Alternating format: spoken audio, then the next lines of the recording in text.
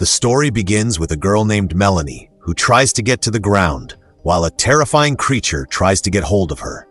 Shortly, she barely manages to emerge to the ground, only to encounter a masked man outside, who brutally kills her with a pickaxe in no time. Now the story shifts to Clover and her friends setting out to Glover Valley in search for Melanie, Clover's sister. Before going missing, Melanie had left a message for Clover, explaining she could have handled her relationship with Clover differently after their mother's death. In the video, Melanie asks Clover to join her while standing before a store. Clover and her friends also arrive at the same spot where Melanie shot the video. Megan, who claims to have some psychic powers, asks Max, Clover, Nina, and Abe to join their hands so that she can sense where Melanie is, as she went missing not long after the video.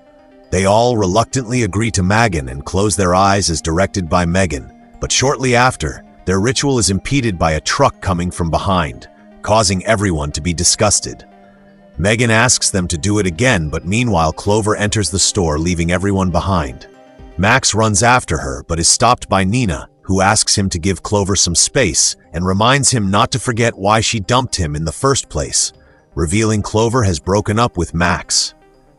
In the store, Clover pays for a glass of juice and asks the owner showing Melanie's picture if he saw her around there. The man tells Clover that she is not the first one to come here. Then Clover asks the man if a lot of people go missing after coming here. The man reveals that it happens around Glover Valley where people get in trouble. Afterward, Max, Abe, Megan, Nina, and Clover set out for Glover Valley to find traces of Melanie while it's raining cats and dogs outside the car. Max talks in a pessimistic way, causing others in the car to call him down on this, as whenever he talks negatively, something bad happens to them, and Nina rebukes him for his gloomy outlook. Eventually, they all arrive at a house situated in Glover Valley and notice that the rain has stopped as soon as they arrive there. Clover and her friends get out of the car, intensely looking at the inclement weather around the hotel, and seeing all this, everyone is taken aback. Max suggests that they should get back in the car and leave. Abe identifies this unusual type of weather called waterball. Subsequently, Nina, Abe, and Megan enter the hotel, finding no one inside. Nina spots an hourglass placed upside down on a mechanical device, and apart from it, she discovers a guest register on a nearby table.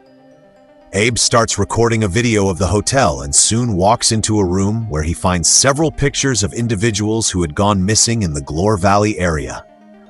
Clover is still outside near the edge of the rain, spotting a figure that looks like her sister Melanie. Without thinking, she ventures out into the rain in pursuit of Melanie while Max sees her going. Inside the hotel, Abe notices that the photographs of the missing people lack both dates and names. Among the pictures, he discovers Melanie's picture as well. Max places his hand on Clover's shoulder, but shortly afterward, returns to the original location with Clover in a state of shock. Nina finds Melanie's signature repeatedly written in the guest register, each time worsening. Abe brings Nina and Megan to the room and shows them the photo of Melanie alongside others of missing individuals, pointing out the absence of details like birth dates, height, and weight on any of them. Clover insists she saw Melanie in the rain calling her name, but no one believes her. Nina questions her friends if any of them turned the hourglass, but everyone distinctly denies doing so. Megan hears a noise coming from outside, prompting all of them to peer through the window. Abe doesn't find his car parked outside, so he comes out and discovers his car's engine revving in the rain. They all retreat into the hotel, terrified. Clover is certain there has to be a phone somewhere in the hotel. Subsequently, they all start searching for a phone within the hotel, descending into the dark basement. In one of the rooms, they stumble upon a telephone. Clover dials a number only to find it is out of order. Megan tries to get help using a radio transmitter. Meanwhile, Abe hears a noise coming from the hallway, prompting him to investigate. When Abe doesn't return after some time, Nina goes to search for him. She enters the room, switching on the light only to be encountered by a masked man who had sliced Abe in half. Nina's scream echoes through the hall, filling everyone with terror. Max hurries upstairs and secretly observes the masked figure standing over Nina's lifeless body and rushes back down to the basement, urging Clover and Megan to hide at once. The masked man descends into the basement searching for the remaining individuals while Max and Clover are hiding in the shadows. Showing no sign of fear, Max attacks the maniac with a chair, but the maniac remains unharmed and savagely kills Max with a sharp object, while Clover concealed herself in the darkness. Subsequently, the masked man enters the room, sensing others' presence. Meanwhile, Clover silently reaches for a knife placed on a nearby table. The masked man pulls Megan out of the cupboard and starts slamming her head against the floor repeatedly, but in that instant, Clover stabs the maniac with a knife, yet he remains unscathed. Utterly terrified, Clover bolts upstairs, only to find Nina's lifeless body in the hallway. She flees the hotel and escapes into the woods, desperately trying to save her life. Soon, Clover discovers her sister Melanie standing in the distance. Just then, the masked man impales a pickaxe in Clover's back, killing her. Afterward, the hourglass is turned over once again, and Nina finds herself signing her name in the guest register a second time. This reveals that everyone has been trapped in a time loop inside the house. Megan, Abe, Nina, Max, and Clover return to life again as soon as the sand timer is turned over. They all gather in the hall, asking each other if they are all right. Abe suggests they must leave the house straight away, but Megan says that the maniac may still be outside because she witnessed his murder 10 minutes ago, and it seems everything has started happening all over again. Meanwhile, panicked people hear a noise in the hall and go to investigate, discovering the main door closing and opening on its own. Abe slams the door shut, but the very next moment, the door opens again. So Max helps Abe close the door thoroughly, while Megan's condition deteriorates, and not long after, Megan's body starts distorting and she eventually gets possessed, causing the power to go out. Horrified, Clover and others turn on the torches and start looking for Megan. They all enter the room full of pictures of the missing people and find Megan levitating in a possessed state. Megan speaks in different voices, those of the different missing individuals, and shortly after she collapses, advising her friends not to let it in. Someone bangs on the door, drawing everyone's attention. The next moment, Melanie, Clover's sister, urges Clover to open the door. Overwhelmed with emotion, Clover opens the door and steps out of the house but finds no one. Max points at a new house which never existed before. Just then, a sudden powerful force drags Clover into the open and pushes the others back into the house. The door of the decrepit house opens on its own, dragging Clover toward it. Max wants to save Clover as he still loves her, but Abe stops him from stepping outside, saying their first priority is leaving and getting help. However, Max is determined to save Clover and walks out of the house. Clover regains consciousness in the house only to find an old witch sitting in a nearby chair. Clover attempts to escape the house, but meanwhile the witch gets up and tells Clover that there is only one way out. You either survive the night or become a part of it. Later, the witch knocks down Clover and casts a spell on her, cursing her. Afterwards, she disintegrates into dust. The house opens its door for Max, letting him in, while Abe and Nina rush to the car to flee. They get in the car and drive off, but soon encounter a towering, menacing creature which forces them to drive back to the house. Nina hurries to get off the car, but meanwhile the maniac brutally kills Abe before he can get out of the car.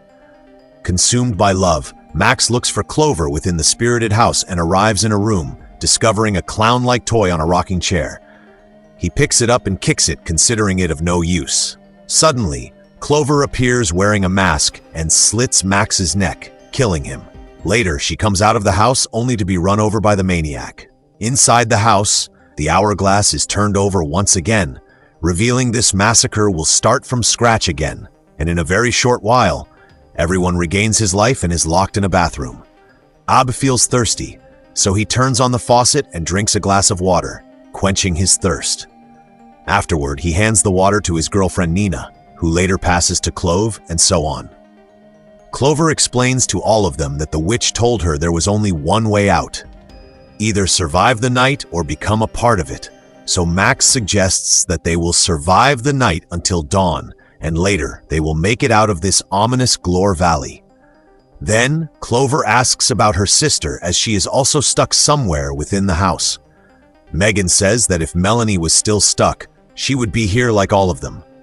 Just then, Abe coughs and he observes that his teeth have started falling out, but he doesn't reveal it to anyone and continues to cough, and eventually explodes, terrifying everyone. Afterward, Nina drinks the same cursed water, and later her body also explodes. Max, Clover, and Megan flee the bathroom, and not long after, Megan also explodes right before Clover and Max, causing them to stand still in shock. Later, Clover asks Max to kill her as the sand has almost run out, and if he doesn't, only they will survive the night and the rest of them will die for good. He compels Max to kill her and come back with a plan, but Max can't do it, and shortly after, his body also violently explodes. Clover collapses, disappointed. Minutes later, the same store owner shows up before Clover, revealing himself to be behind all this. Moments later, Clover also explodes as she also had drunk the water from the faucet. The hourglass is turned over again and everything starts happening all over again. Megan finds herself growing new teeth, while Clover explains that waiting it out isn't going to help them survive the night. Clover discovers the identity card of the same man met at the gas station, revealing his name as Dr. Alan Hill. Abe reads out a newspaper, stating that 20 years ago, there was a mining disaster that happened right here in Glore Valley. Working with outside engineers, investigators confirmed the destruction was caused by boring too deep into the earth and too far under the town, resulting in the death of over 1,100 people. Dr. Alan Hill, a trauma specialist, was brought in to work with the survivors. The whole town was swallowed up by the earth. Max says, "That's why there is no house here." Abe explains that this whole floor used to be above ground, revealing the front door. Nina opens the front door, only to hear the screams of creatures dwelling in mines, and very quickly shuts it.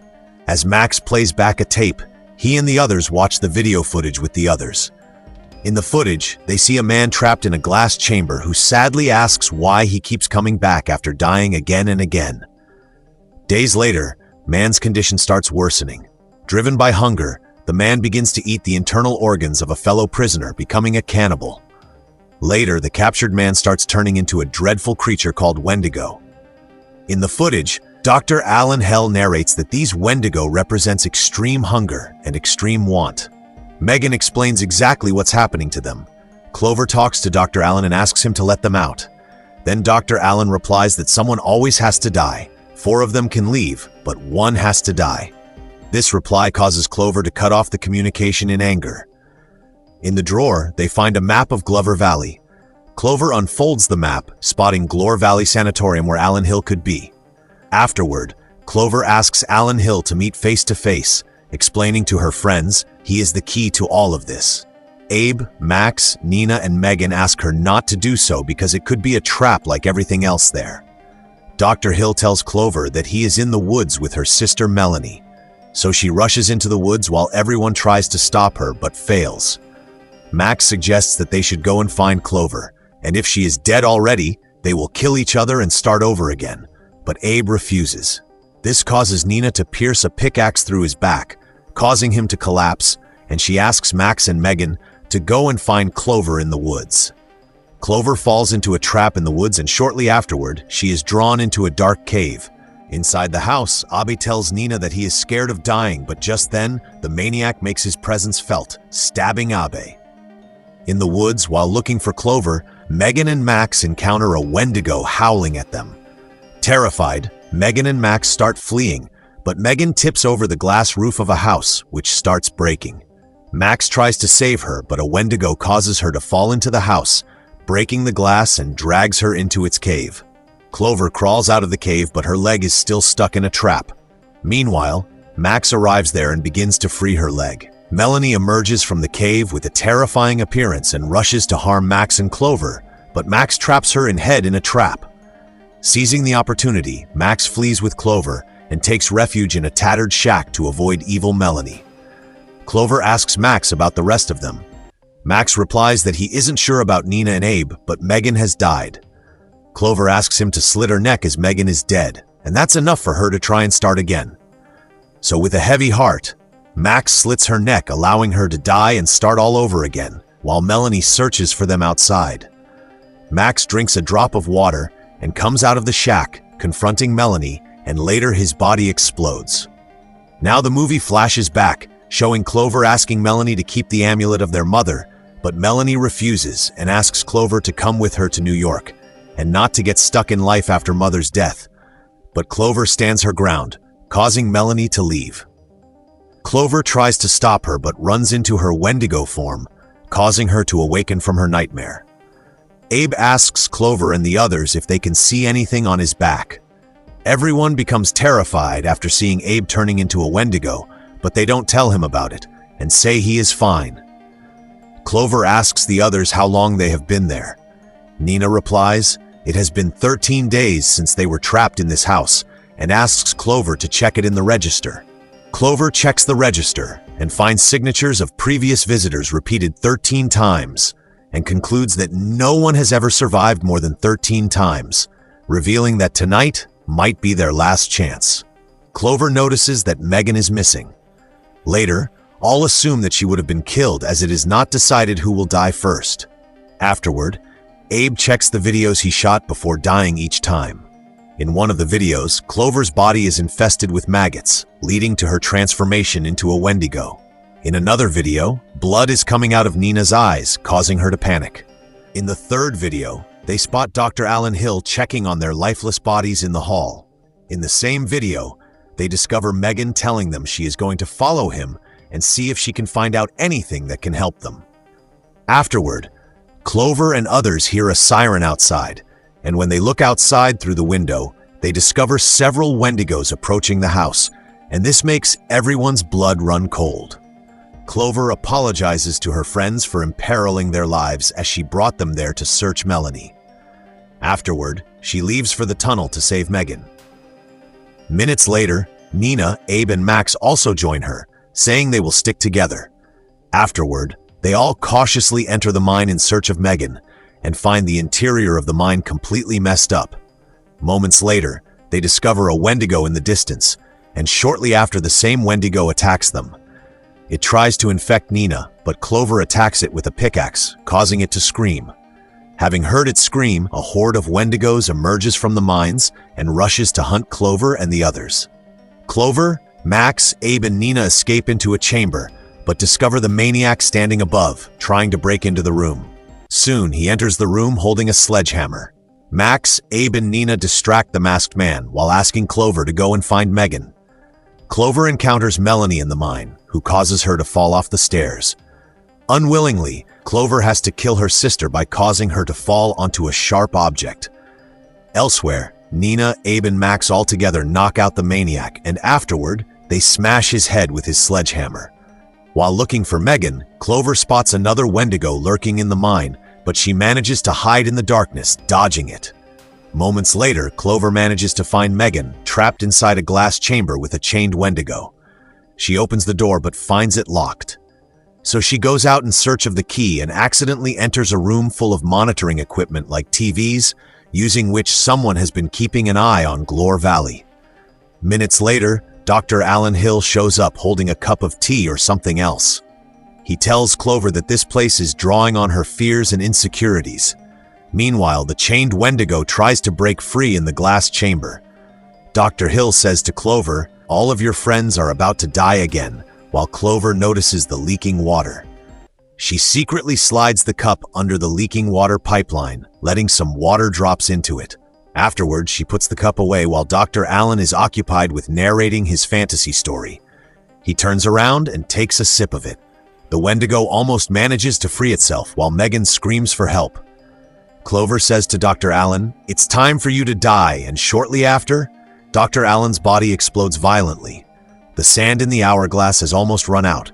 Clover picks up the keys and rushes back to Megan and frees her in time. Meanwhile, the Wendigo also manages to break free, but both young women lock it back inside the chamber. Soon, Megan, Clover, Nina, Max, and Abe get out of the tunnel while the army of Wendigos tries to hunt them down. Shortly, Nina, Abe, and Max help Megan and Clover crawl out of the grave, while the sand in the hourglass also runs out, indicating that all 5 friends have survived the night and are allowed to leave. Exhausted, they all get up and move to the car. Afterward, they all get in the car and drive off. In one of the camera feeds, it is revealed that another car has arrived in Glore Valley.